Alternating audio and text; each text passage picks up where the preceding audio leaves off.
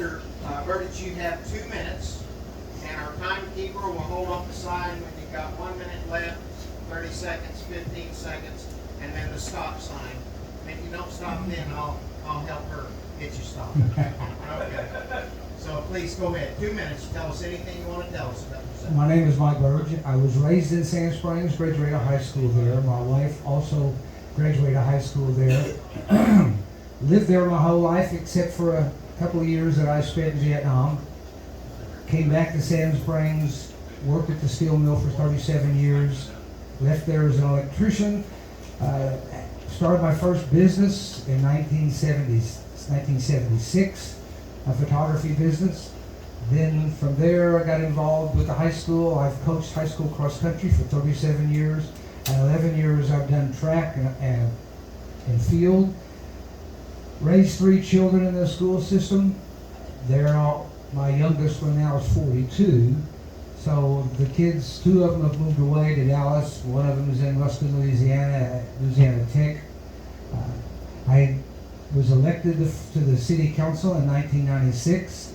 Spent 13 years there as the mayor of Sand Springs, 6 years as the vice mayor. In Sand Springs, it's a strong council form of government. It's purely volunteer. You get nothing for being on the city council. It's all volunteer. We've kept it that way. So done that for 26 years now. Got a little more time. That's good. Okay. Thank you very much. Thank you very much. Next will be Mr. Wayne Hill. Is my mic working? Yeah. Mr. Hill. My name is Wayne Hill, and I want to introduce my family. Kathy, she's back here, my wife. We've been married 44 years. My daughter, Rachel, and Kathy's the one rocking the little baby. It's our newest addition, Boston. And so that makes our 10th grandchildren, our child. And so we have 10 grandchildren altogether, and we've had 5 kids. My work experience is I've been in the medical industry for 40 years. I've been sales, marketing, market research, clinical research, and also product development. I've been fortunate. I've called on some of the most prestigious institutions in the United States: Johns Hopkins, New York University, Emory, Vanderbilt, etc. And so I've been very fortunate in my career. I am a Liberty candidate, and so I would tell you, we have a great country, but if we don't protect our liberty, then we don't have prosperity, we don't have individual choice.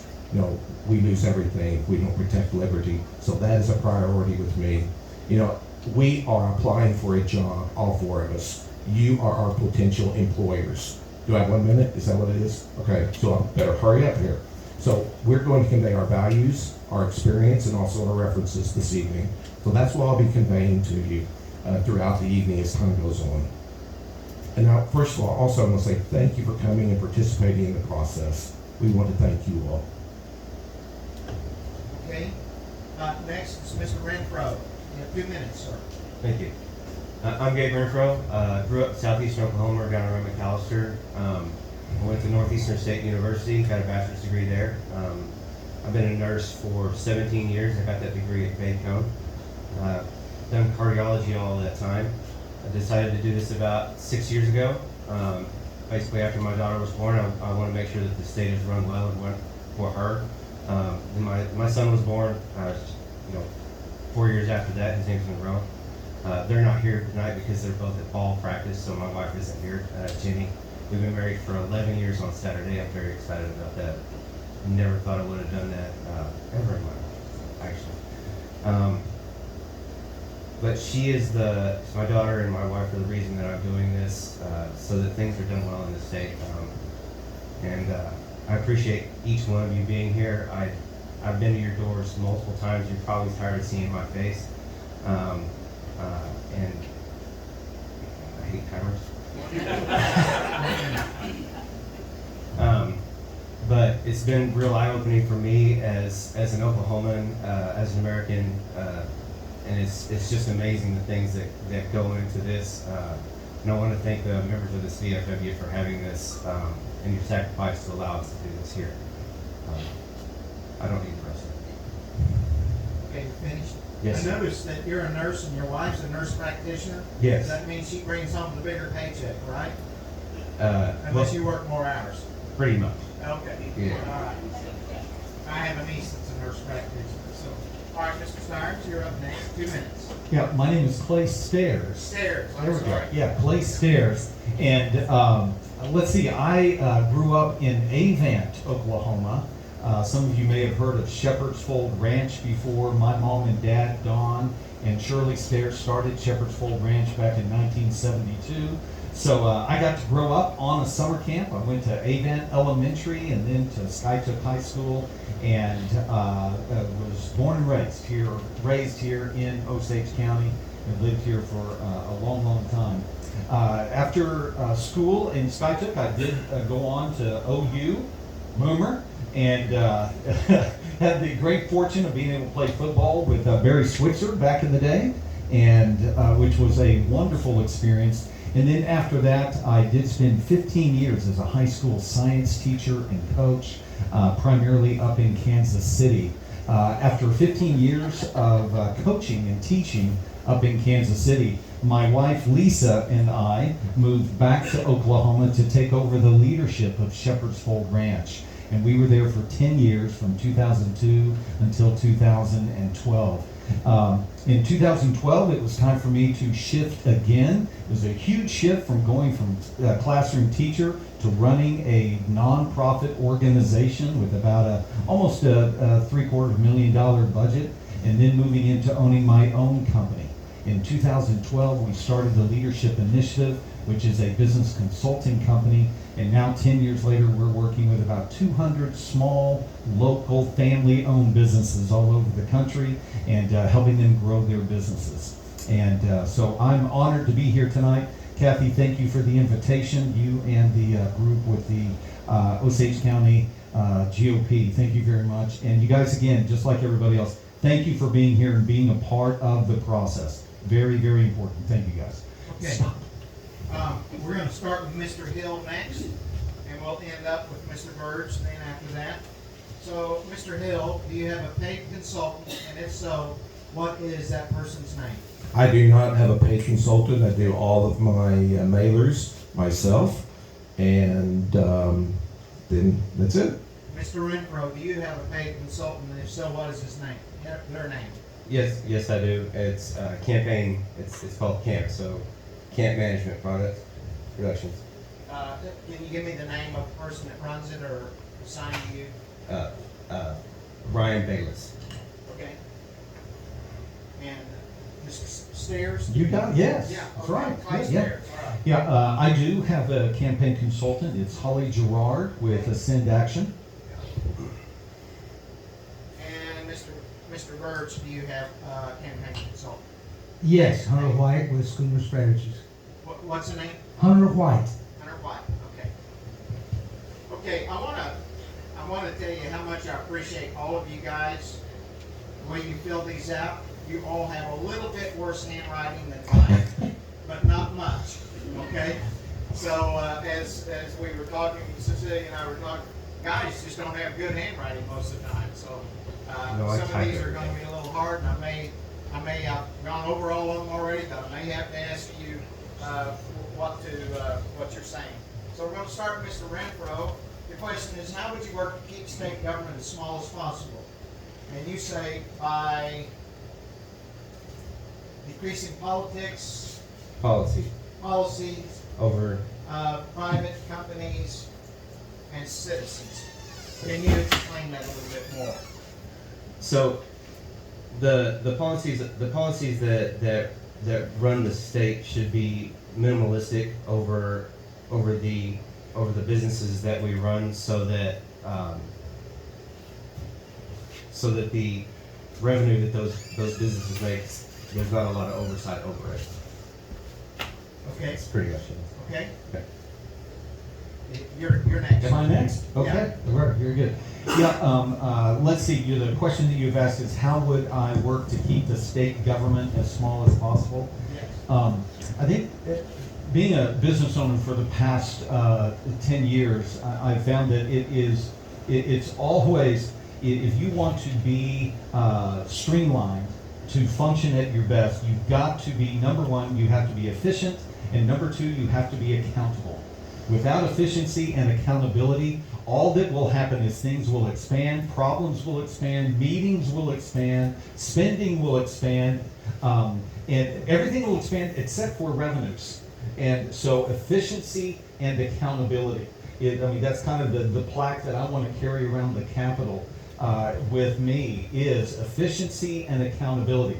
Again, I need to get to the Capitol so I can find out where are the areas that need the efficiency. I'm not going to sit here and say everywhere needs efficiency, everywhere needs accountability, because I know there's probably some areas that are doing really well. So I want to get over to the Capitol, get the lay of the land, be a part of committees, soak in, learn a ton. I want to learn from Jay Dean of everything that you've been doing. Same thing with Sean. What has been done, so I'm not trying to reinvent the wheel. But the two words for that, to keep government small, we have to continue to march to the beat of efficiency and accountability. Without that, things will just get out of order, get too big. Okay, Mr. Burge. Yes, first of all, scope of the bills, that is what it is addressing, what it contains. The second thing would be, can it be handled on a local level? Could that bill be taken care of at a city council and stop the government from doing things that are better done at a local level? That also increases transparency. Okay. I'm a small government individual. I do not believe that government is a good provider of services. What happens is bureaucrats eat up a lot of the revenue that actually comes into the coffers. Consequently, the services that are provided to them or to you, the recipient, is inefficient. I firmly believe that the majority of services can be provided better through private individuals and also organizations. So with that, I would say every department, every agency should be scrutinized, should be audited. Is there duplication? Is there really a need? Is it beneficial to the recipient? And so consequently, I think we should completely revamp government. And I would say also, everybody right now is seeing very hard times with their pocketbooks. Gas is going up. Inflation is going up. They say 8 to 10% a year, but I would tell you it's much higher than that if you look at the way they used to measure inflation. And so consequently, I'm not so concerned about the rainy day fund with the state of Oklahoma. I'm more concerned about your rainy day fund. Are you making it? Are you having to dip down into your savings? That's what I would be more concerned about. So my objective is to reduce the size of government and give the money back to you. We're the ones that actually gave the money to them in the first place. It's our money. It's not the government's money. So my objective is to make government as small as possible. I'm going to jump in and just add one quick little thing. We see our governor and many of our elected officials really happy about our rainy day fund being up to $2.6 billion right now. And I believe in people, individuals storing a lot of money. I think that's wise. I think that's good. But the money that government is storing is our tax dollars. And I would just say this, I think we ought to have some level of rainy day fund. But you need to understand something. When things get tough, that's when lawmakers have to look and see, well, in Mission Creek, what has crept in now that's really fluff that we don't need? And as long as that fund is up there and we never have to examine every 5 to 10 years what maybe we need to cut, then we're probably going to have a lot more inefficiency in government than we would have before. So, all right, Mr. Upstairs, you're first up next. And the question is, number 2, how would you work to keep taxes as low as possible? Yeah, and again, I come back to the efficiency and accountability with our taxes, the way that money is being spent. Again, being a business owner, I know that, I guess a big difference, when I wasn't a business owner and I was an employee for 20 years, an employee, I remember it was just a matter of, I need more money, I need more money, I need more money. And that mantra never did stop. I needed more money, I needed more money. It wasn't until I became a business owner and a business leader that I realized, okay, I have to look at how the money is being spent. chances are very good, and I did find out that the money really was right there in front of me. I just wasn't being efficient with the way that I was spending it. So I'm a huge proponent of no more taxes. We do not need to increase taxes, especially until we have like you were saying, an audit of what we are spending money on right now. We have got to have efficiency and accountability in our tax plan, or else, again, it just becomes more money, more money, more money. And unfortunately, that mindset, that philosophy, that ideology has really creeped into our government and even into our public. For instance, as a school teacher, I remember being a school teacher and just going, we need more money. And but I didn't realize that the idea really was, no, we've got to be more efficient. So before we talk about tax hikes, before we talk about getting more revenue than we already have in our rainy day fund, the first thing is, how are we spending the money that we're spending? I think you guys have all seen what's going on right now with the audits, with the State Department of Education. I was at a meeting with Cindy Bird the other day, and she was just talking about how that's going. And she was saying, we have just almost completed the revenues, and we already have huge questions about what's going on with the revenues. Time is up. Okay, Mr. Burge, 2 minutes to answer the question. How would you keep taxes as low as possible? One of the things I've seen in the Capitol up there for years is the number. Last year was 4,000 pieces of legislation. Year before that was 3,500. Year before that was 3,000. 3,000 been pretty close to what it is.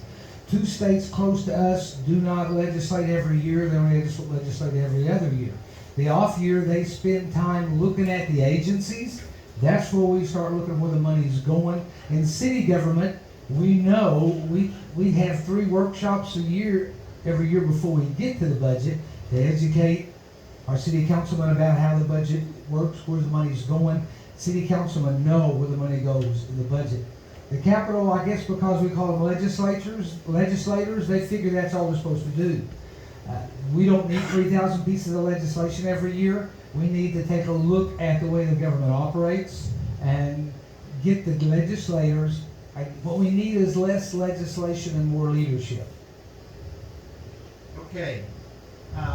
Next, Mr. Hill. There are 2 sides to a balance sheet, the revenue and also the expenditures. We have plenty of revenue. What we need to do is reduce the expenditures.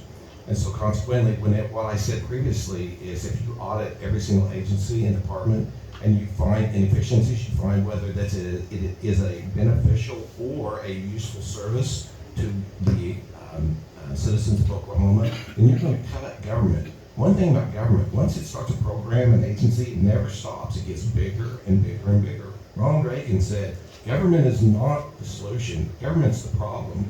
I subscribe to that philosophy. We need to make government smaller and smaller and look for inefficiencies. And when we do that, we can we can cut taxes, we can bring more money into your pockets where it belongs. It doesn't belong with the government, it belongs with you. You're the ones that actually earn the money. It was your labor that actually fed it into the system. I firmly believe you should be able to keep more of it. Okay. Mr. Renfro, you're the final one on this question.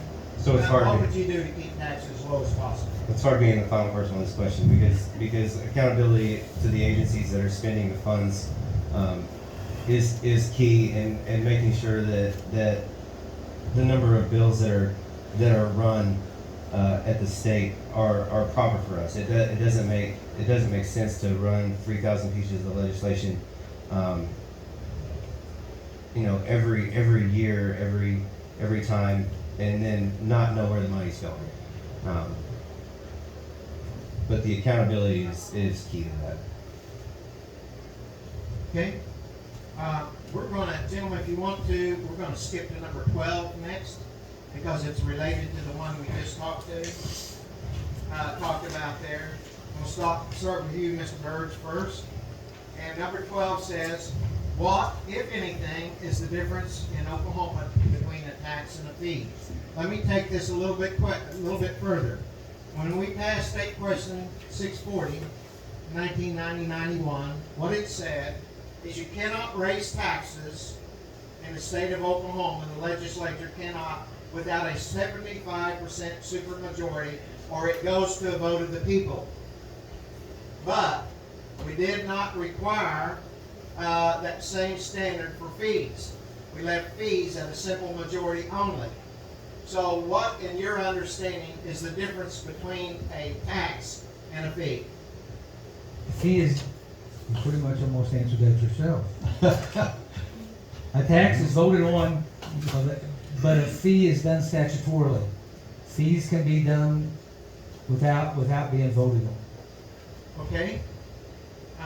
Not really. They have to be voted on, but they only require a simple majority pass, not a 75% supermajority. So did you misunderstand what I said, or do you? Of course, this says it here. You just said it, you answered that, yes. Okay. All right, Mr. Hill. In your understanding, what is the difference between a tax and a fee? Well, my understanding is that a fee is for a user fee, like if you go to the park and they charge you a fee, and they can raise that by that simple majority. But a tax is, they have to have a larger proportion of the legislature actually voting on it. So what they do is, they try to define things as fees instead of taxes. So consequently, they're able to raise the revenue as opposed with a smaller majority of people. Okay. Mr. Renfro, what's your understanding of the difference between a tax and a fee? Well, I mean, a fee is what we do when we run through a turnpike, right? So they can raise that fee at any point with a simple majority.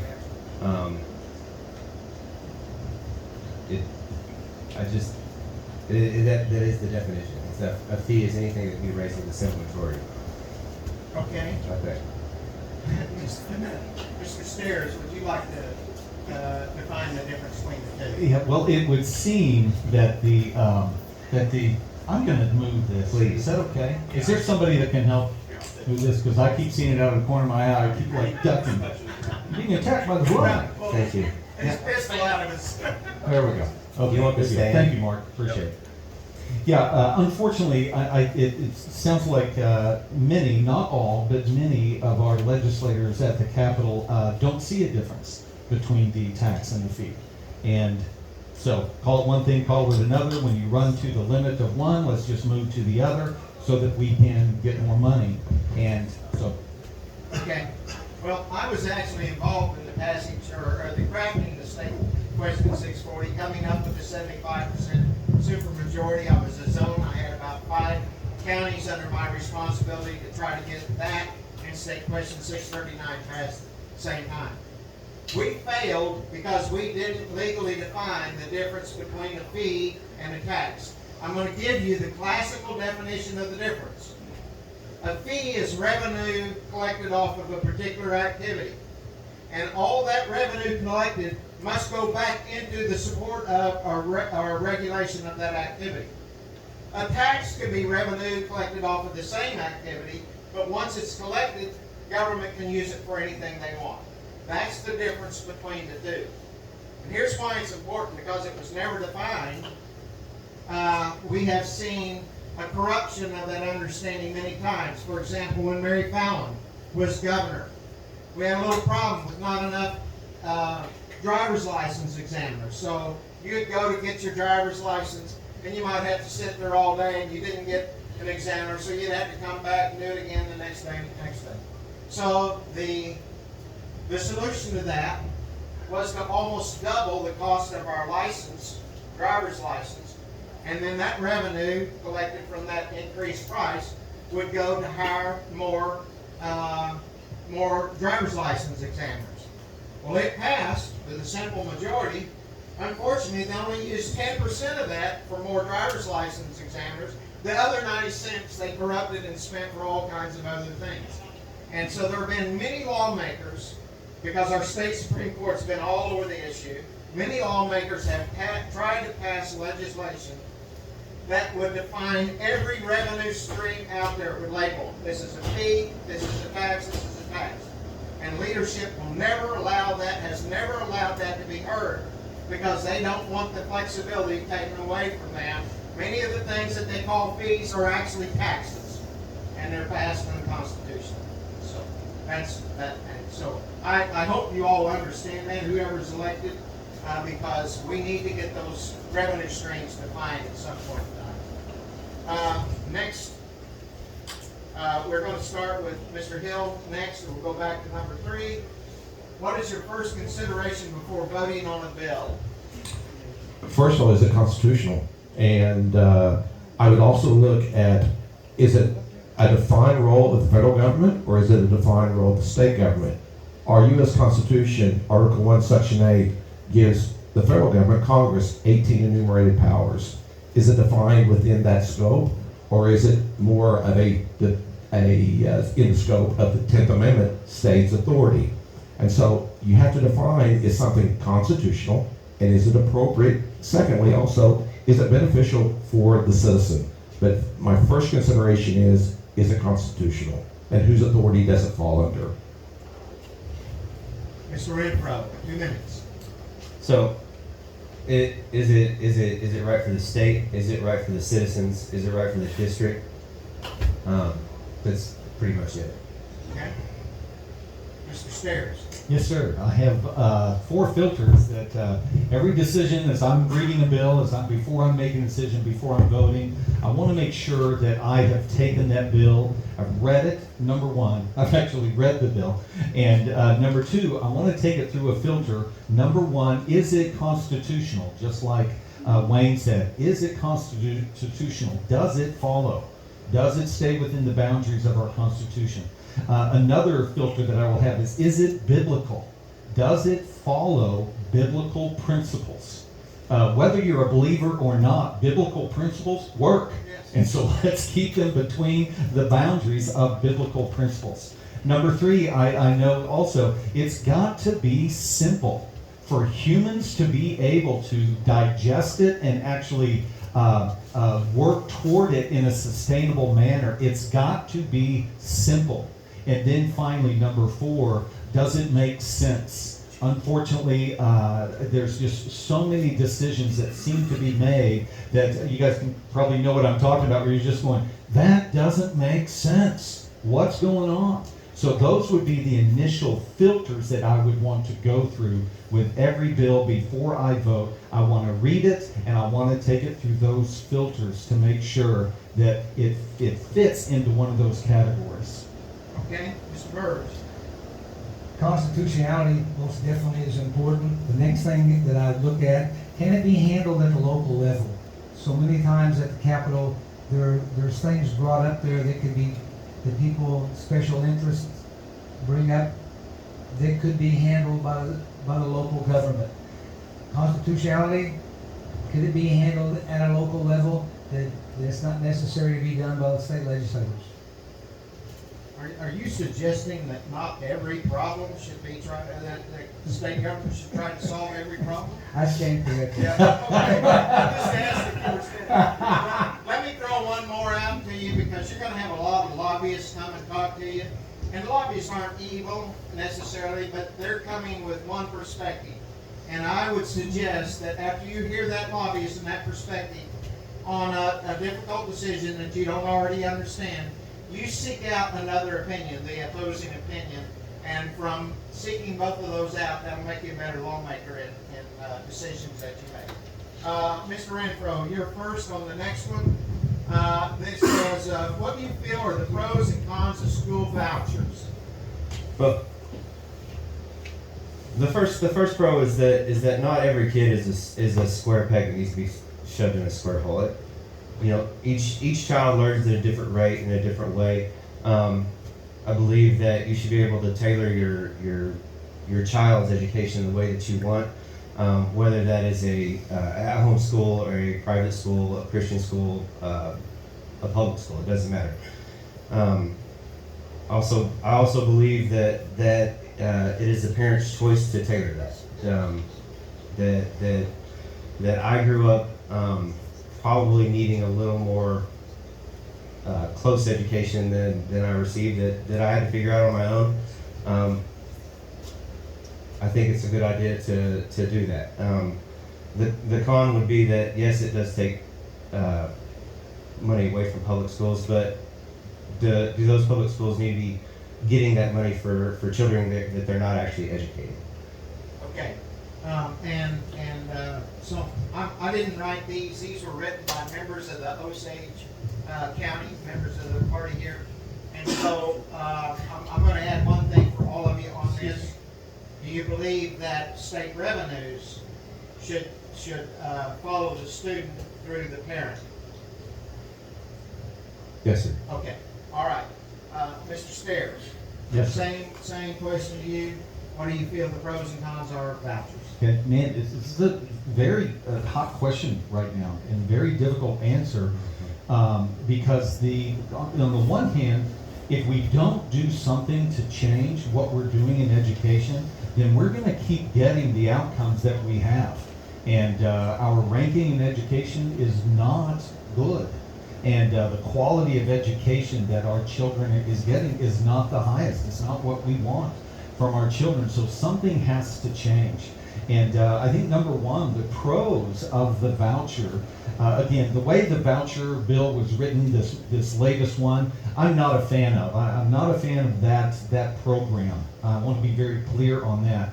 But the idea of, I think that a type of voucher, if I can say that without being a proponent of the voucher program that just, the voucher bill that just came through, but a type of voucher is important, number one, because what it does is it creates competition.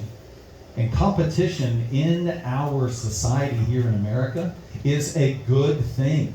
And unfortunately, so many of our state-run educational systems don't have competition, and therefore there's no accountability. Therefore there's no push for production, and it's just be busy.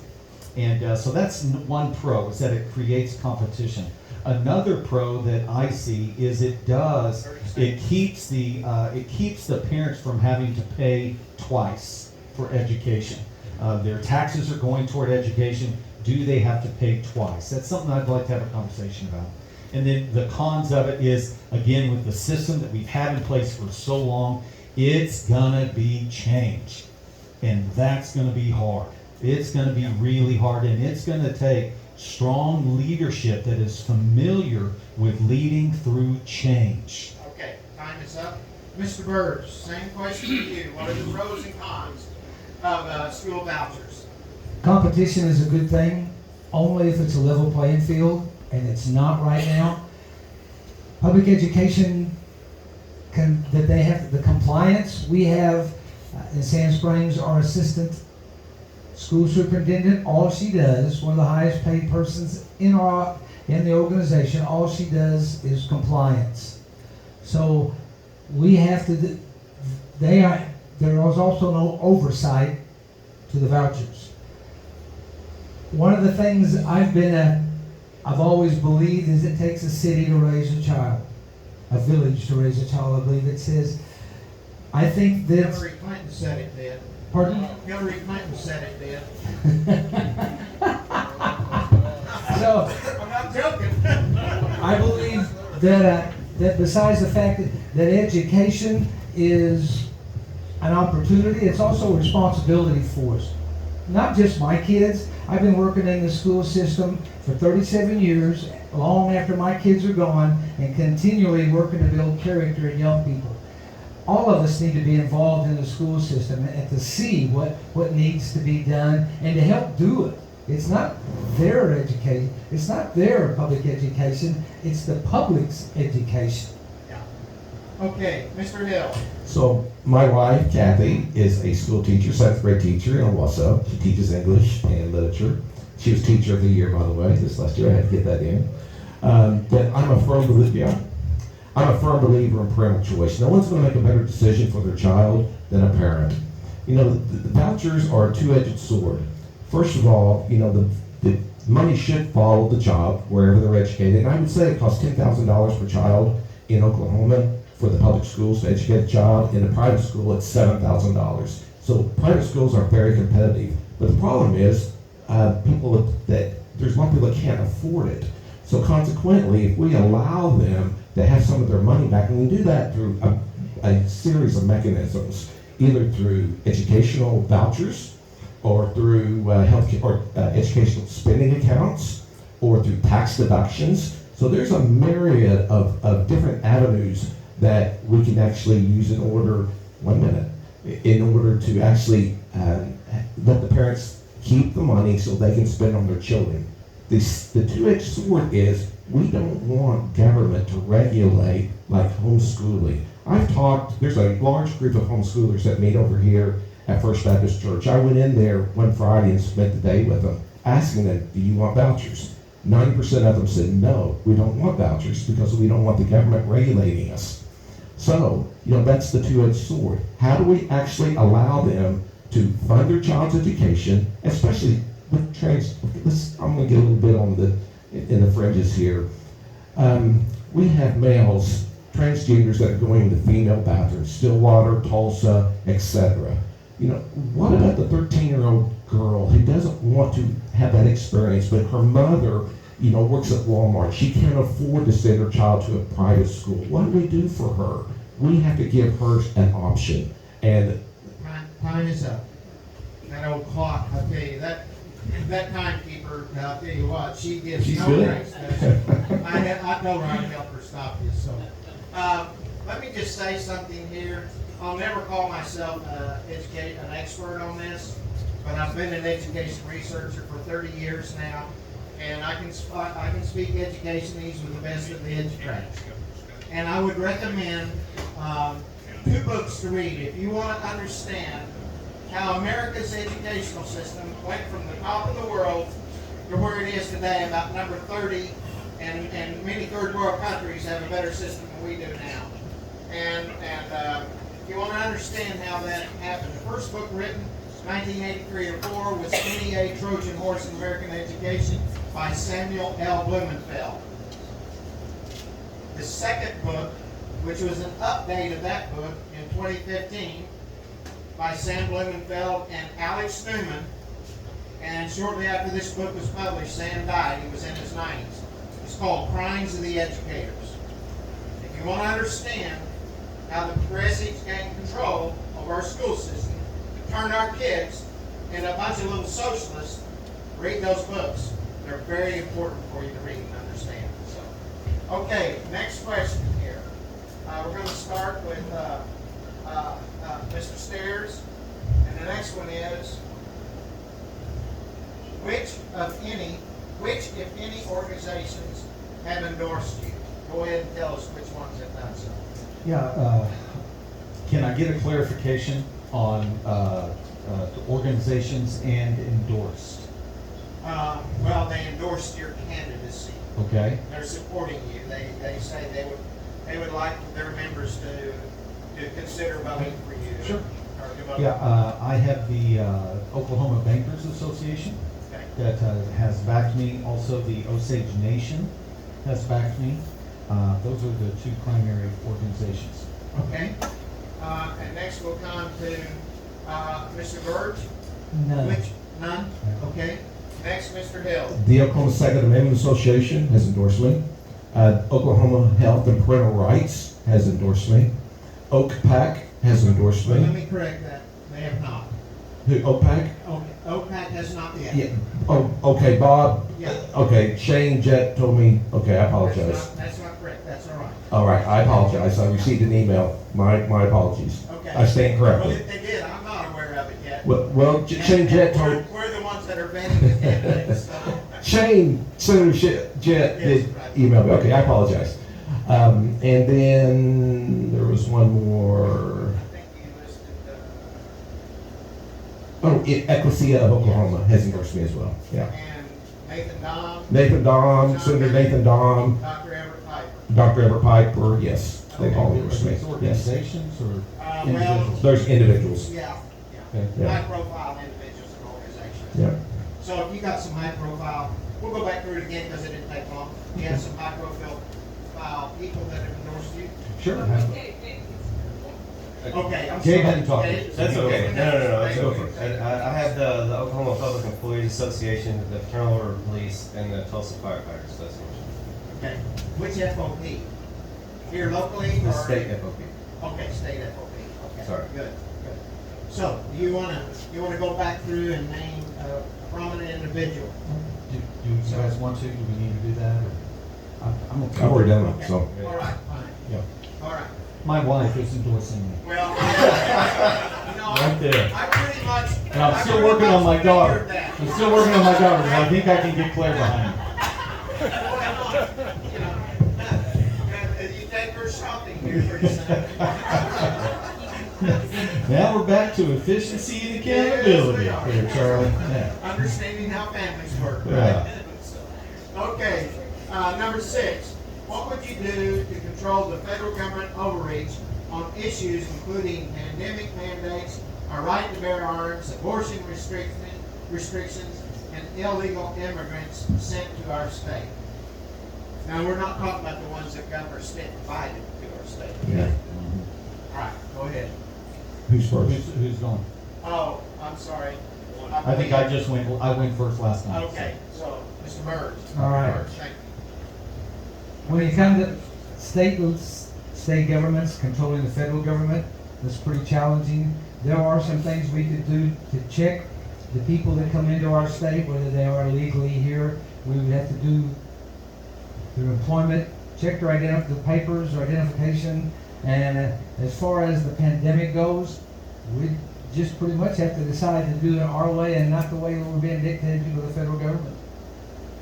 Okay, Mr. Hill. We do it every day. We exercise the 10th Amendment. What do you think the marijuana laws are? You know, according to the federal government, the FDA, marijuana is a Schedule I drug. That's the same as heroin, cocaine, etc. But you know what? We look at all of the marijuana shops. We got 10 in this town. So consequently, that's a 10th Amendment issue. That's the states exercising their state authority. We can do it. We've done it with the Second Amendment Association. Actually, I'm the state director for the Oklahoma Second Amendment Association. What we did, we passed Senate Bill 631. That's the Second Amendment Sanctuary Act, where if the federal government makes any more gun laws, we tell them it's null and void when it hits the border of Oklahoma. If our governor, our attorney general, and our legislators will back it up. But they have to do that. But we exercise 10th Amendment all the time. That's a state authority. That's in the Constitution.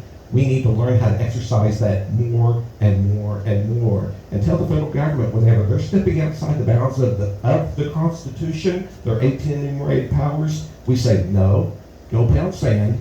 That won't fly here. We need to learn how to take back the authority. Folks, we're supposed to be governed by the consent of the governed. Our liberties, they come from our Creator. They don't come from the federal government. That's called natural law. We need to learn how to take back that authority as citizens, as Oklahomans, and whenever the federal government steps outside of their authority, say, no, that will not occur here. If we don't, we're going to lose our freedom. And if you lose your freedom, you lose everything. You lose your prosperity, you lose your individual choice, you lose your ability to protect yourself with your gun rights. We better stand up. It better be a new day for us. And if we don't do that, folks, what are we handing our children and our grandchildren? I fear for our nation if we don't stand up as citizens like our founding fathers did. They told King George, go pound sand. You know what? You've overstepped your God-created authority. Thank you, Mr. Hill. Next, Mr. Renfro. It's hard not to agree with that. We just need to continue to run legislation to make sure that the 10th Amendment is invoked in every situation where there's federal overreach. Okay, That's, is that it? yes, sir. Mr. Stairs. Yeah, I think, not to disagree with anything that anyone has said, we just need men and women at the Capitol that will be willing to stand, that will be willing to stick their neck out and be willing to stand and lead and not sit back and allow things to happen. So, Constitution, follow the Constitution, stand for the Constitution. Oh, but it might not get me what I need. It might not get me the vote. It might not let my bill be heard or something. We've got to stand for these things, just like Wayne was saying. We've got to stand. And it begins with the representative that you choose. Choose a man that can go to the Capitol and stand. I'm willing to do that for you. I'm willing to stand. One of the greatest compliments that I got, I still got time. Yeah, I haven't gotten the flag. Yeah, one of the greatest compliments I got was from Sean Copeland, who owns Regent Bank in Tulsa. He said, Clay, I really like you as a candidate because you don't need this job. And so I want to go over and stand for what is right. I want to go over and stand for our Oklahoma values because I don't need the job. Okay, we have a question similar to this on our survey when we had candidates. And the first place you go to look for this is Article 1, Section 8 of the U.S. Constitution.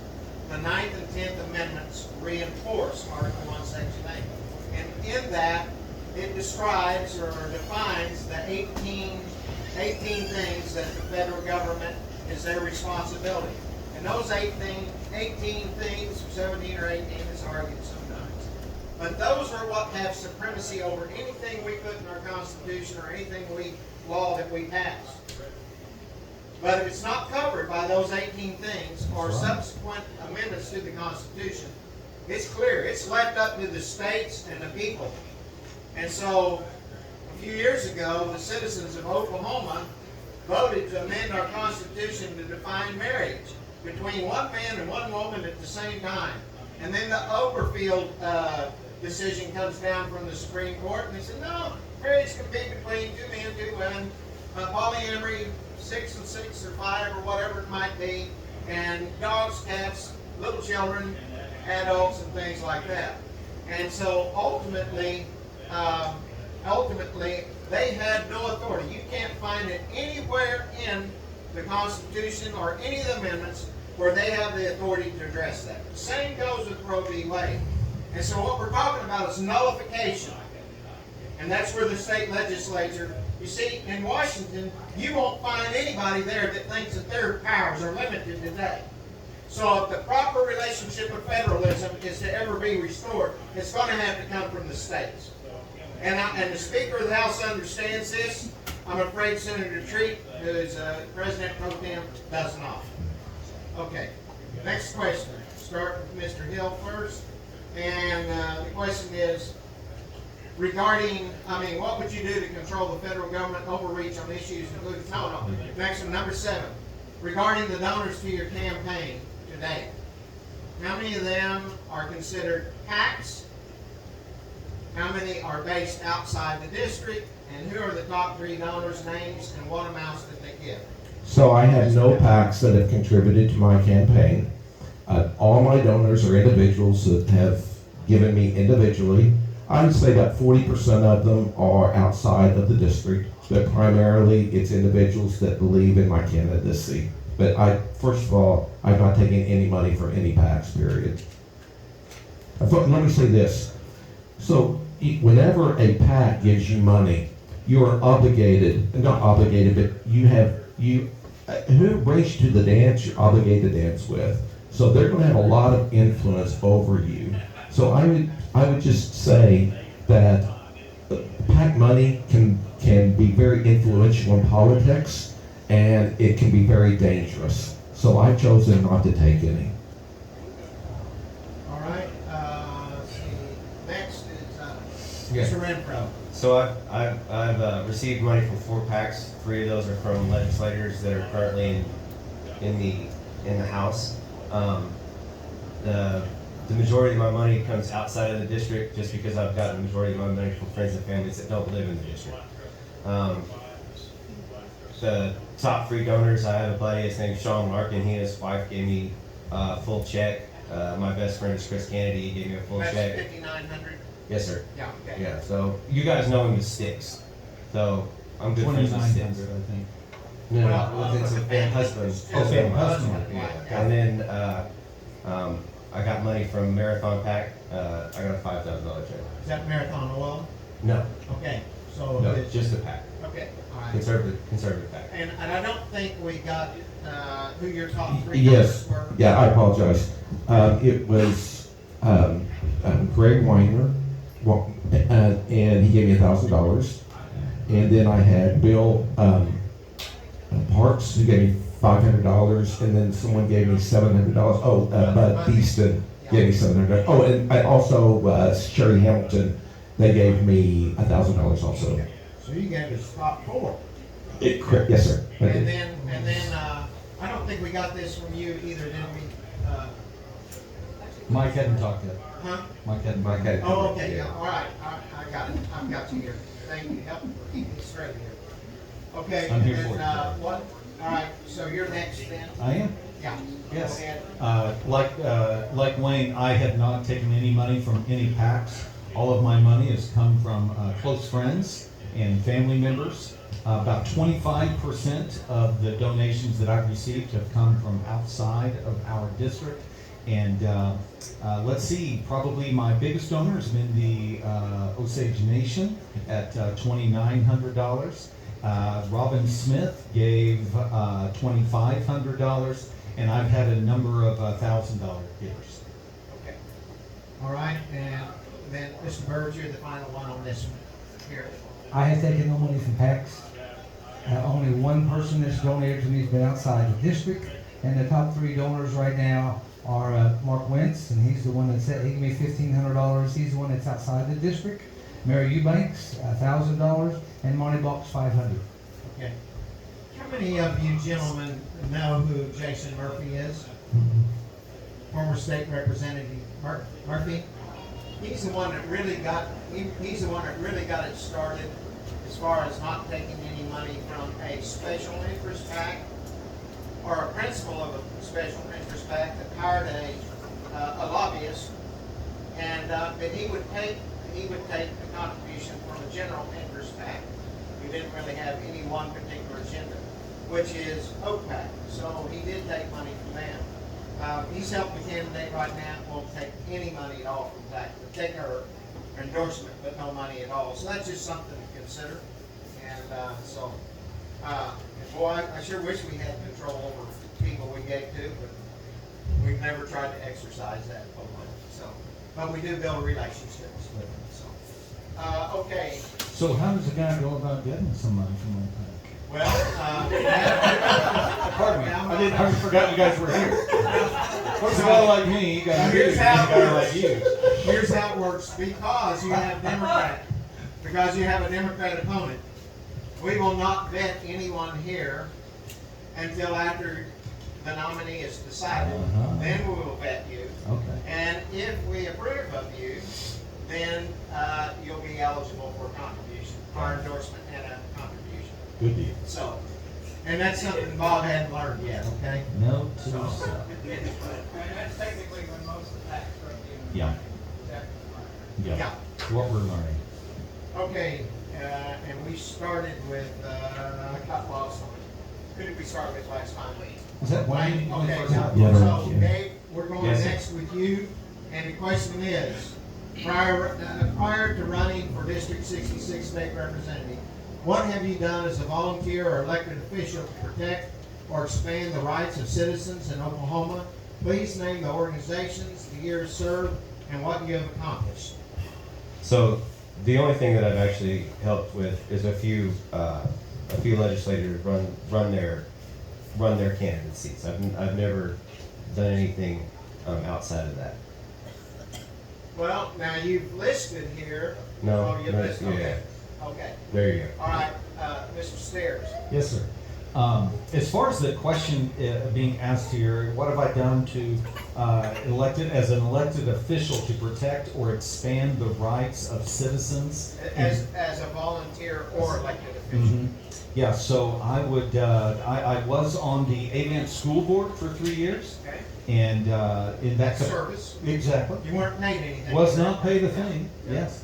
And, so during that time, Avant was in very difficult situation. We were able to work with our superintendent at that time and put together a budget that would be sustainable, that involved a lot of cuts.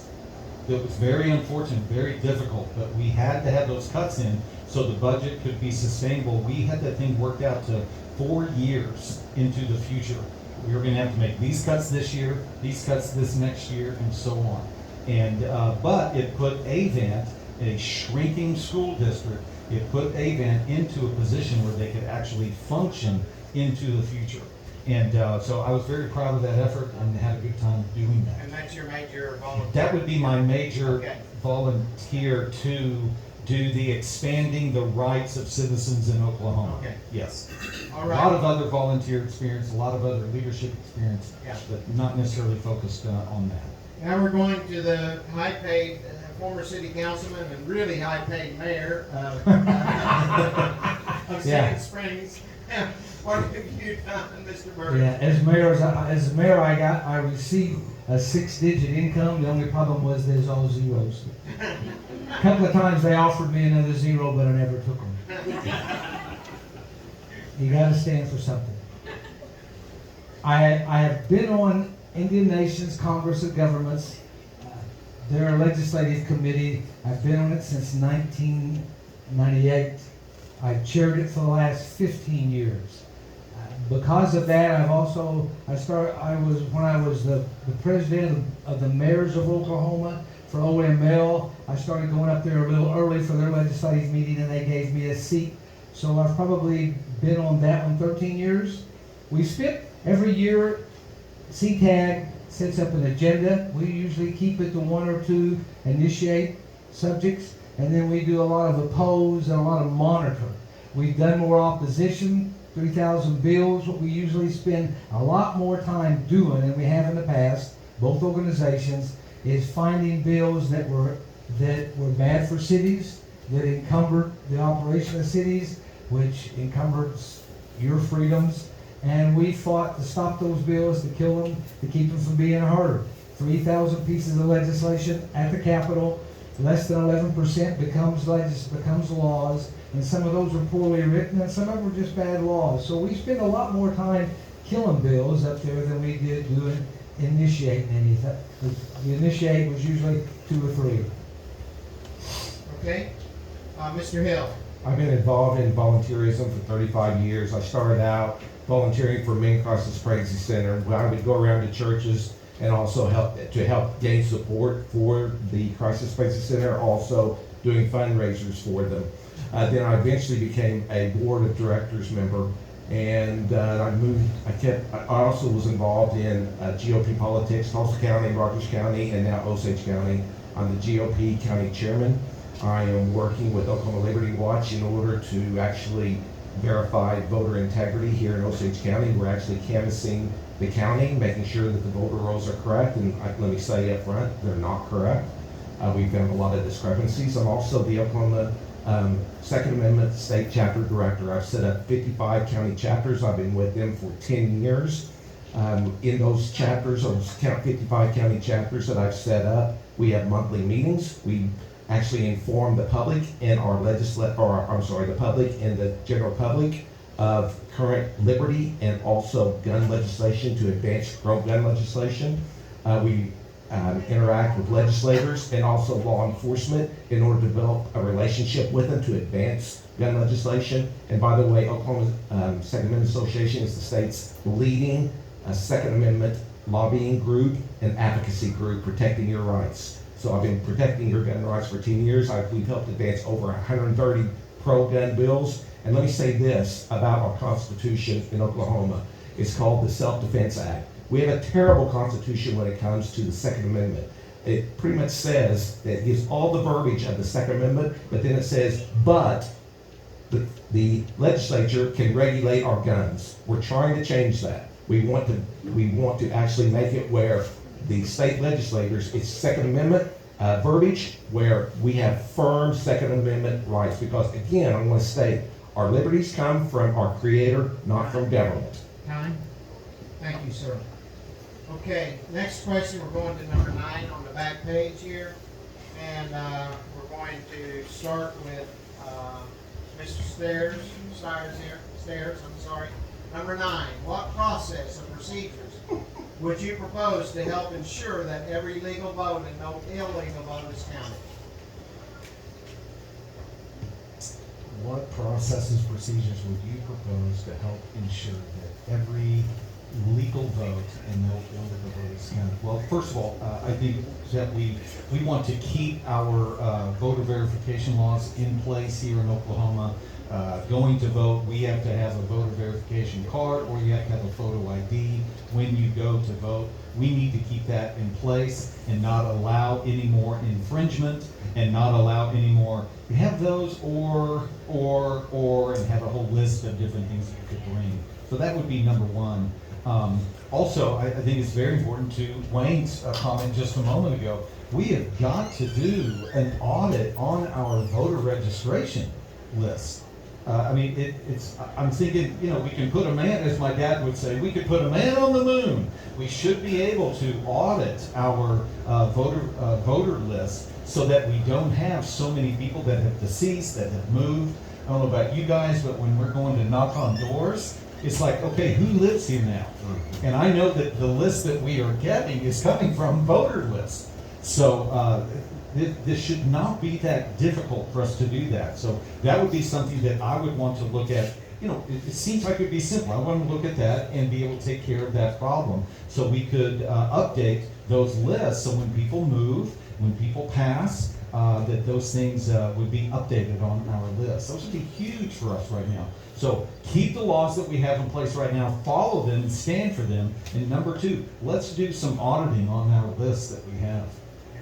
And finally, number three, don't buy any machines from China. Stay away. Stay away from those China machines or any machines that can be hacked. Using that wireless stuff, don't even do it. Okay. All right. Oh, I almost started talking like Jerry Seinfeld there. Sorry about that. And stay away, not good, Jerry. Mr. Bird. Yes, sir. The procedures and the processes that we have worked well in the past. One of the innovations that's really made a challenge to us is the technology. So oversight and transparency, we've got to work a little bit more to stop the opportunities that are there through technology to interfere with our voting. Also, the laws and the procedures and the processes we have right now, they've just changed all of our precincts in Sand Springs. After they did them, we have 3 councilmen in 1 precinct. So InCog's working right now to fix that. The oversight, that never should have happened. Just come in, one organization changes the precincts. We just redone the district, and that happens. Somebody's not communicating. On one side, we need to monitor the technology that's going on. On the other side, maybe there's some technology that we haven't quite implemented yet. Okay. All right. Mr. Hill. 2 things need to happen. First of all, we have to clean up the voter rolls. Second, we need to get rid of the machines. We got to get rid of the machines, folks. We need to go to straight paper ballots. We've already started scrutinizing the voter rolls in Osage County. Let me tell you, they're very inaccurate. I have an individual that I found the other day that he had been living in his house 15 years. I still had the previous voter on the list. I come to houses and there's not a structure for the address. There may be 4 families living at the same location.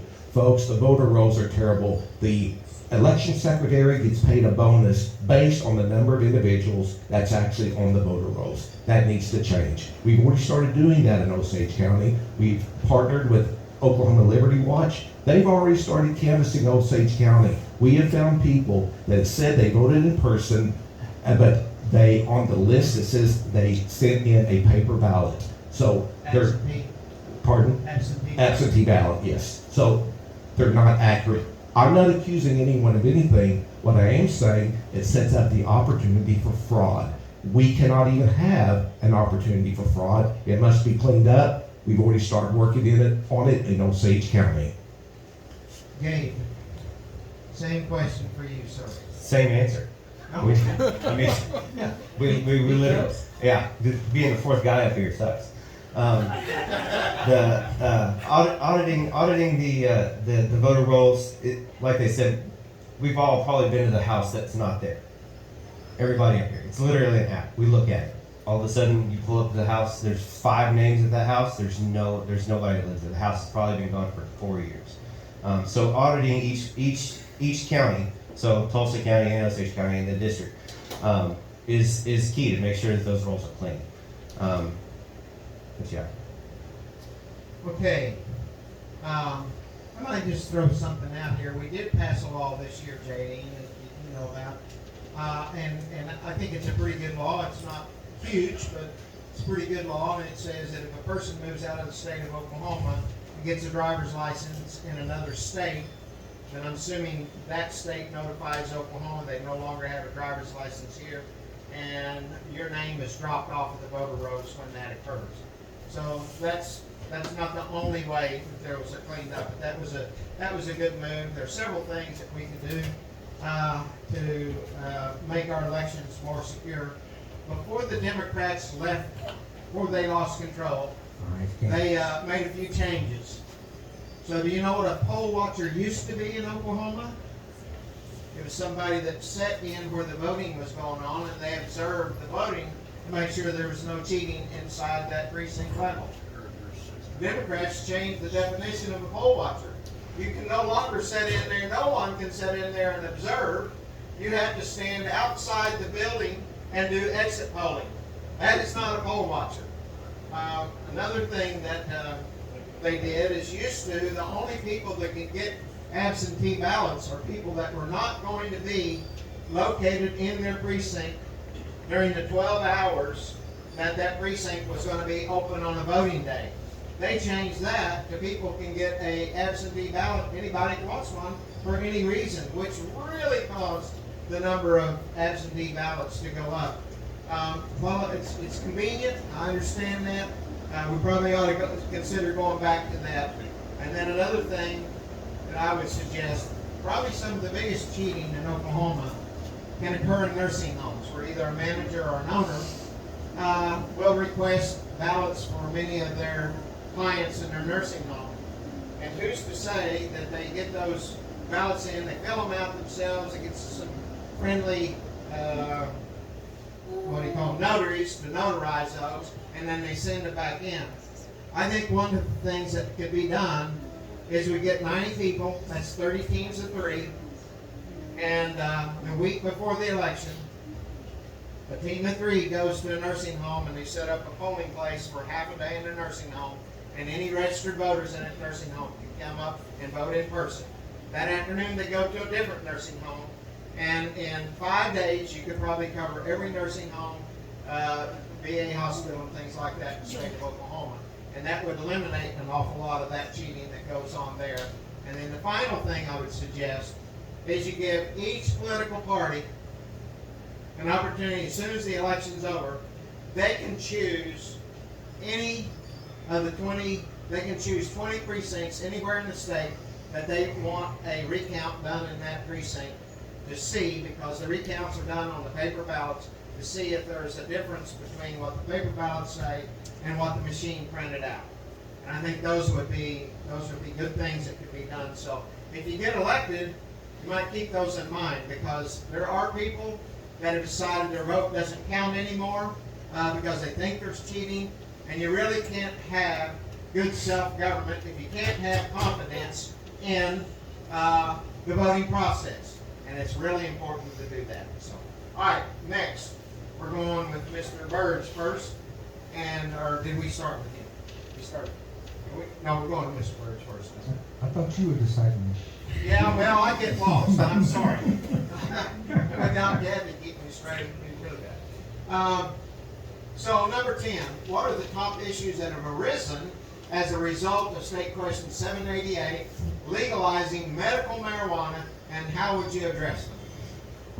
Well, several of the bills in the legislature in the last 2 years have addressed all the things, and as they do, we continually come up with more of them. I thought Sand Springs had a fantastic number, and Phil Nolan thought even more than me, and we had 23. We found out Glencoe had 83. So what we've done. Dispensaries or grow operations? Well, the two of them together. Okay. Either one, both of them together.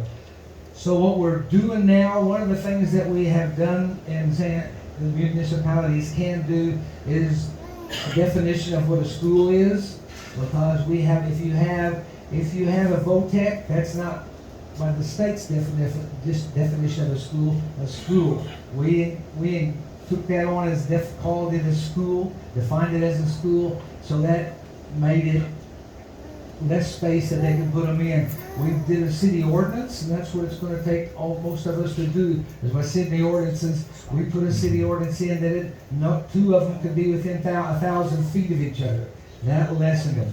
So the things we can do, cities are still coming up with them. All the cities are starting to talk network to figure out what the other cities are doing.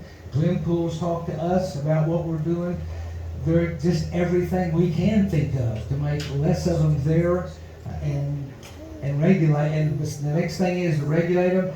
Everybody's heard now that nobody watches when the stuff's being transported. Some of it's disappearing, or more was sent out than showed up when they got there.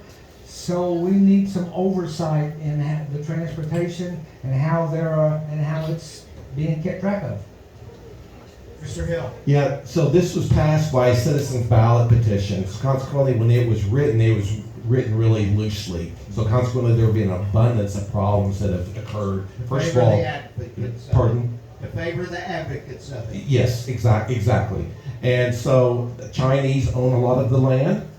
They're foreign Chinese. A lot of the marijuana is going outside the state illegally. It's bringing in corruption, cartels, mafia, organized crime, prostitution. It's bringing in a myriad of problems. The law enforcement's hands are tied in many capacities. We need to make sure that these can be regulated, and also that they can, the licenses are given only to Americans. We need to exclude Chinese or any foreign ownership. And so where only Oklahomans can own grow houses and also dispensaries.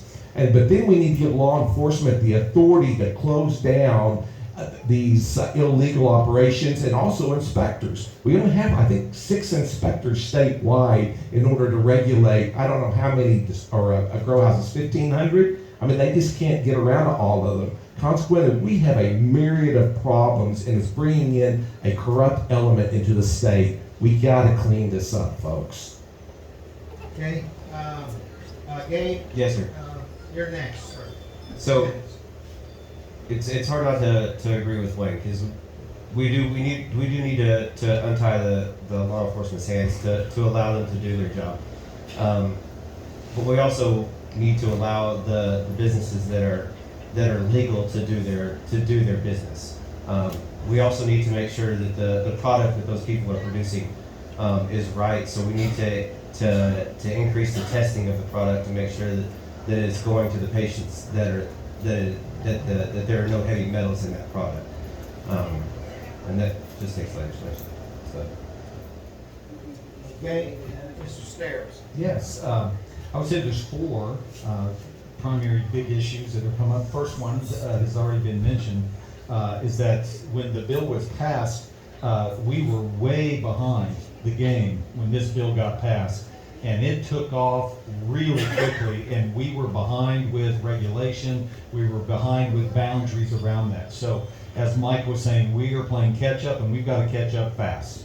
There's a lot of things that need to be done in a short amount of time. I think there were some 90 different bills that were addressed over this last session, something like that, around this issue, because we're just behind trying to get it. So that's one thing. We've got to get in front of this. Number 2, again, back to Wayne's point, is land.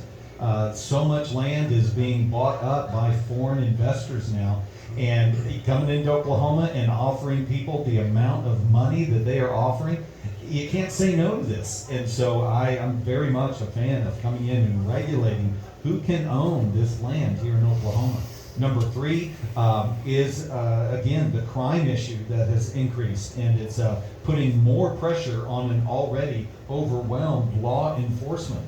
We don't have the number of people to be able to regulate, to be able to inspect all of the different grow houses. This is an issue. We're behind the game on this. And then finally, one that hasn't been mentioned yet is the number of workers that are being pulled out of the workforce. And now the family-owned business here in Skytook, Sperry, and Sand Springs, you can't compete with what they're getting paid to work at a grow house. You can't compete with it, and it's all cash, and there's no taxes. And so you just cannot compete. And so right now, there are so many of our small businesses here in the state that are hurting greatly for employees, but they can't find employees because they can't compete with the grow houses. We're gonna have one more question, but I'm gonna have a little fun with the audience. We're gonna include the audience here, okay? Uh-oh. On this There's a last beach ball question- involved. On the last question we just dealt with, I want to tell you this, we have something over 2,400 dispensaries in the state of Oklahoma. How many of you think we have more than 1,000 grow operations in the state? How many of you think we have more than 4,000 grow operations? How many think we have more than 6,000 grow operations? Are you ready for this? We have in excess of 9,000 grow operations in Oklahoma. We have a much larger black market for marijuana and other hard drugs in this state than we did before we passed quote-unquote medical marijuana. And folks, if you live out in the rural parts of the state, or even in the metropolitan areas, but if you live in the rural parts of the state, and you want to buy an acreage, and it happens to be an acreage that, oh, by the way, 3,200 of the grow operations are owned by Chinese. And if you think that you can outbid them to buy a piece of property, you better have really, really deep pockets, because you can't keep up with them. And they buy with cash dollars, is what they buy.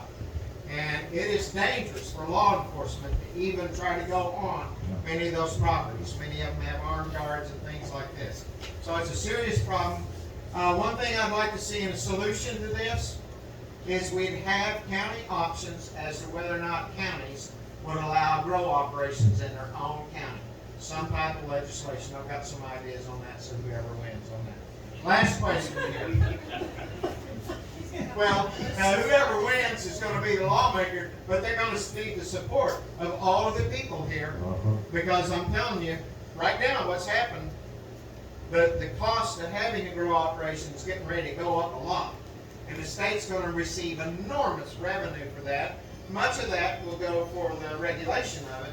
But the dollars coming into the state are going to be enormous. And I'm afraid you're going to find a lot of people in leadership that are not going to want to allow county option, because, man, this is a new revenue stream that is going to be enormous in time. So, anyway, I hope you care more about your constituents than doing what leadership wants you to do in that case there. So, of course, you weren't in leadership, were you, J.D.? Kidding. I know. This is why we're sitting here. To regulate marijuana, I mean, it is crazy. Yeah. For a period of time, I mean, we had Interpol in Oklahoma Yeah. because of the illegal Yeah. grows going on. Yeah. And so, we have There's human tried- trafficking goes on, slave labor involved, all kinds of things. Yeah, right. Okay, final question. It is number 11, and we're starting Mr. Hill first. Mr. Hill, number 11 says, what gun, well, this is going to be tough for you, sir. What gun or other legislation would you propose to protect students in our public schools? Well, first of all, we need to harden the targets. These are gun-free zones. 94% of all these mass murders in schools occur in gun-free zones. We need to harden them, first of all. And secondly, I am an advocate. First of all, Kathy is a teacher. She has a cannibal wasp spray in order to protect her children. That's all, a cannibal wasp spray. And I can tell you, by visiting that school would be easily penetratable by an outside individual. So our children are not safe. There are many teachers that with proper training or hiring a law enforcement officer or a retired military retiree could actually protect those children with an appropriate training of a weapon. And so if we were to harden these schools and also make sure that if there was someone can't come in, there was a consequence, you would see this stop. Okay, Yeah, so You have to agree. You have to have single points of entry. There needs to be an armed trained police officer, guard, whatever you want to call it, closed caption television to whatever is the closest law enforcement facility on each hallway and each entry point, so that you can have real time on what's happening in any situation, and then automatic lockdown doors that that make each room a safe room. Okay? Mr. Stair. Yeah, man, again, this is something. What's in the heart of a man or woman, I should say, but what's in the heart of God's creation, what we are capable of. And so first of all, I think before anything, the cause of this, let's pray. Let's pray. Lord, we need you more and more and more. We need you, because what's in the heart of a man. Number two, I would definitely think that we need to spend time looking at making mental health more of a concern, putting more programs together, looking at the programs that we have. Are they efficient? Are they being accountable? Because we do find out that each of these people that are involved, obviously there's some mental health issues going on. And how is that not caught? How is that, or was it caught but not addressed in those systems, and giving law enforcement the ability to address issues? Man, what a tight issue when you see, for those law enforcement people that are in the room, you see things, but nothing's happened yet. So you can't really, arrest somebody because you saw something that hadn't happened yet. But then also, I agree with the training for teachers. Once we've kind of dealt with this, now we can actually come to the front lines, train teachers, give them good, proper, adequate training, and prepare them, give them the tools that they need, prepare the schools for what they need. But man, if it is in your heart to do evil, you will find a way to do it. So Lord, help us. Lord, help us. Okay, Mr. Birds, I think you're last on this. I believe I am. Processes and procedures. Most everything there's two things to it: reaction and proaction to it. We can be proactive about this, and that comes into the situation when we shut down all the mental facilities in Oklahoma because we were violating those people's constitutional rights. The judge said we were going to do is institute homes, group homes for them. Those failed. Nobody paid any attention. I spent 5 years on Tulsa Criminal Justice Authority. One of the problems that they have on that is because where all those people, they're in the system. They're at the jail. They just built 2 new pods at the jail to house those people. We're losing people that are signing up to be deputies because they didn't sign up to change diapers and clean crap off the walls. That's what they're having to do because those people are in there. We're not doing anything to keep track of that. So what we've got to do, I agree, we've got to do some things down reaction. We're going to have to sit down and talk to some people that are really smart on security. We're going to have to start picking in some people that's coming out of the military that know how to do that, along with our police, to help with our police officers. But the real thing is going to come in. We need to start looking at what we've done and what we're not doing to pay attention, to recognize where the mental health is, and get them to help and have some help. Okay, just a couple things there. We interviewed a candidate earlier today. We've vetted 3 different candidates today before we came to this event here. And one of them I thought had a pretty good idea. We do a lot of auditing. Why don't we do a safety audit with someone that's a professional that would go to schools whenever they want to, and they examine the school, and they come up with an audit of where the door's locked, where they, was how many points of entry, where they, you have bulletproof windows, in there, and various things like that. And if they found a school that's deficient, then that school needs to fix that. The people need to fix that. This is a great idea, just to address that really quickly, because this is, for those educators in the group, this is an issue Yes. where government comes in and says, okay, schools, you now need to fix that.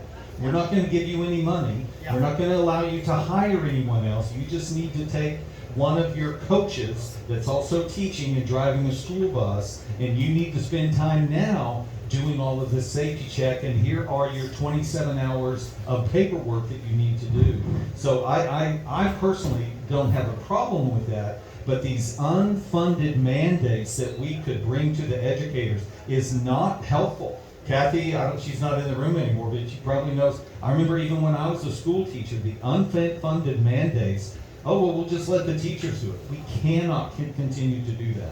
So I agree with the come and take a look at the school and do an audit, but then if there's changes that need to be made, there needs to be finances available for them to hire someone to do that. Okay, so you jumped in on that. I did The rest jump in. of Did you you- like that? Any of the rest of you want to comment on that? You want equal time on that? And equal time is about a minute, right? So I've been on a church security team before, and we did exactly what you said. We brought in an expert, and they actually watched us go through the drill of how we would protect our congregation. I think that's an excellent idea to do that. I think it's appropriate, and that's something that needs to be done. I like that Absolutely. idea. I agree. I like it. Now, one last thing before we go to our closing statements. Anyone else want to comment on that? One last thing before we go to our 2-minute closing statements. Right now, state law allows for a school board to arm teachers and administrators. And there are a few schools in the state of Oklahoma that have done that. They require some education by those that are armed, but in some school districts, teachers are armed and administrators are armed. And I pity the poor, Person. well, I was gonna call it something besides a person. Let's keep it clean. But I pity the poor entity that felt like they could come in and blow people away in one of those schools when they're likely to be the ones blown away first. And they're not gonna be very successful. So, but that's up to the school board. And so if you've got a local school district, Local control. local control, Exactly. you got a Bingo. local school district that doesn't have that, and you think that's a good idea, you need to start talking to those school board members. All right, 2 minutes for closing statement, and I'm trying to think, I believe we need to start with Gabe here on this one. And I apologize, Gabe is easier to remember than Renfro, but Renfro's not hard. No, it's really bad for my patients that are hard of hearing when I'm at the hospital because I end up being Nurse Dave. So that's always fun. I love this question. Why should we vote for you? It's a very hard question to answer because I'm sitting up here with probably the 3 hardest candidates to run against. These gentlemen have backgrounds that I only wish I had, that I'm trying to start to do. And this is my big step into the middle of trying to start to build that resume to be like these men that I'm sitting next to.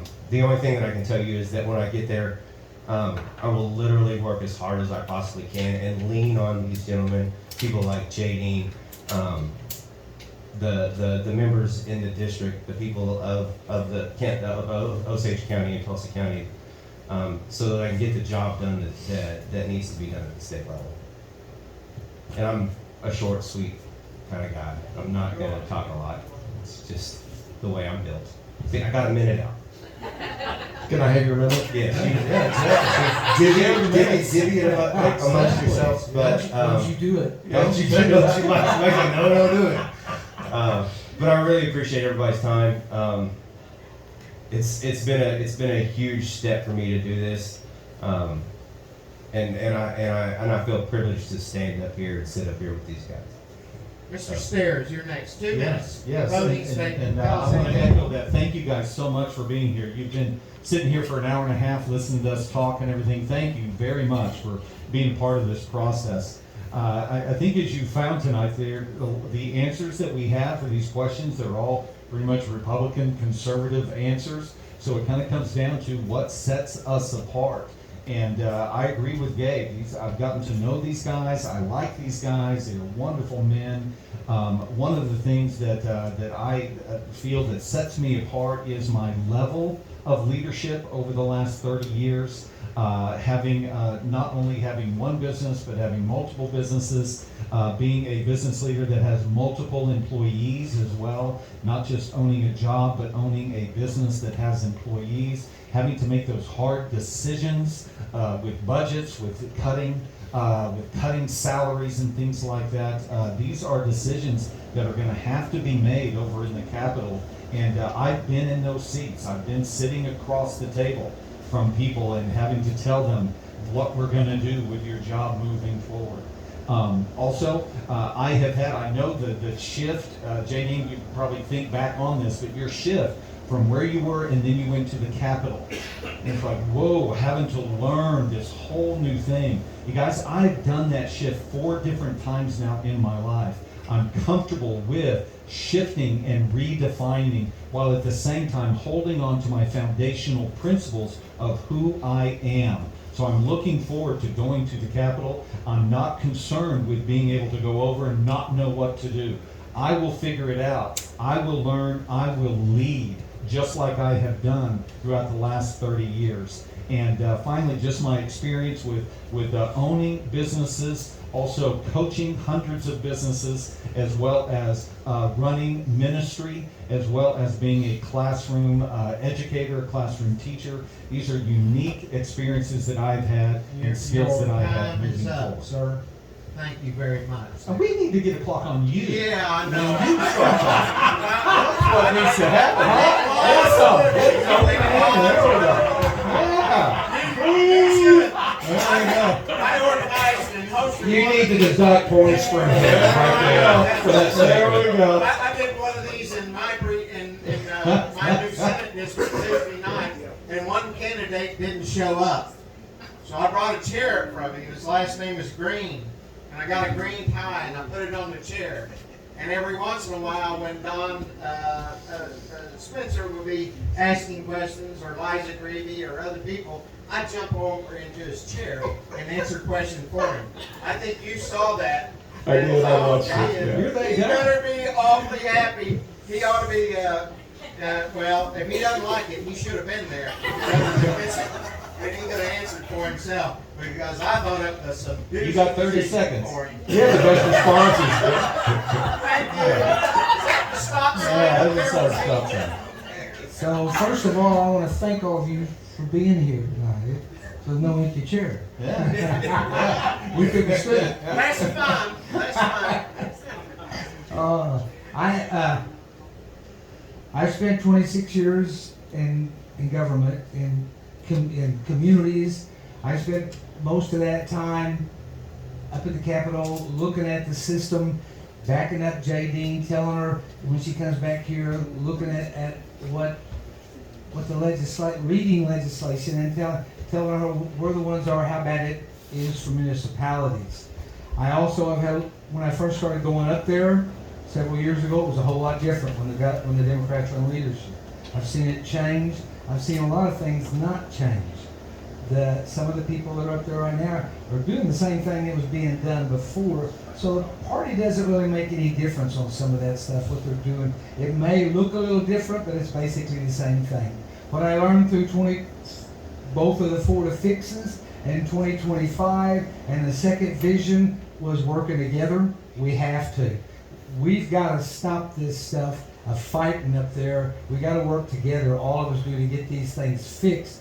If you'll go to the 22nd paragraph of George Washington's farewell address, or go to James 3:16 in the Greek, and it's the same problem.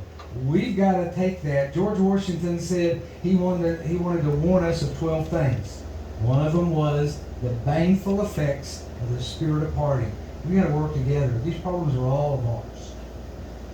And that's what I'm used to doing. Mr. Hill. So over the last couple of years, we've seen what the federal government, the authority they try to exercise over us. You know, we need legislators that understand what the appropriate role of the federal government is, where they're limited in their authority, and then also what the authority is of the people and of the states. We need those individuals that will be able to stand up to the federal government and say, you know what, that is not your role. It is our role in order, if we choose to exercise that. But we're not going to allow that to occur in our states. I'm talking about mask mandates. I'm talking about vaccine mandates. Right now, they're going to come after your guns, folks. They just proposed red flag laws. They just proposed limiting on what guns you can buy. The federal government has no authority to do that. Our liberties come from our Creator. We are endowed by our Creator with certain unalienable rights, the right to life, liberty, and the pursuit of happiness. Not the federal government. They don't give it to us, folks. We as Americans, as a free people, have to start standing up and say, enough is enough. And until we do that, we will continue heading down this road of tyranny. I refuse to head down that road, folks. That's why I'm running. I never saw myself doing this. I always worked behind the scenes for 35 years trying to protect liberty. But it's time for bold people to stand up and say, no, enough is enough, no more, just like our founding fathers did. We have fought this tyranny, liberty battle for hundreds of years. It's time again for us to stand up like our founding fathers did and say enough is enough. Be men and say no. Okay. Well, Oh, and I still got a couple seconds. Okay. Yeah. Is that right, timer? Okay. Folks, this is the guide right here, the U.S. Constitution. This is the guide. If we will just follow this, we can solve the majority of our problems. But we have to follow this. Now I'm running out of time. So, thank you very much, all of you, for making the decision to put yourself out there to run for office. And citizens will determine which one of you they choose to go and represent them. And so I hope the citizens have good discernment and they choose well and they put the best person up there, whoever that might be. So thank you so much again. Thank you for coming, folks, and I appreciate Kathy inviting me up here.